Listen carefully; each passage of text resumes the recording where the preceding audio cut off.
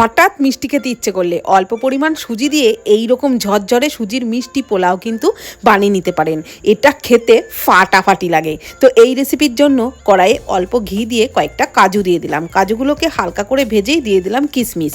লো ফ্লেমে নাড়াচাড়া করে ভেজে তুলে নিলাম। তারপর যেটুকু ঘি ছিল ওর মধ্যেই দুটো ফাটিয়ে নেওয়া এলাচ দিয়ে একটু নেড়েচেড়ে দিয়ে দিলাম 1 কাপ চিনি, 1 কাপ জল।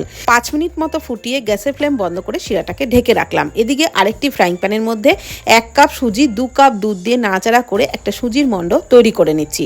নাড়াচাড়া করতে করতে যখন দেখবেন ফ্রাইং প্যান থেকে একেবারে উঠে আসবে, তখনই এই সুজির মণ্ডটাকে নামিয়ে হালকা ঠান্ডা করে, মানে উষ্ণ গরম অবস্থাতেই কিন্তু অল্প ঘি আর 1 টেবিল চামচ মতো ময়দা দিয়ে খুব ভালো করে আটা মাখার মতনই মেখে নিতে হবে।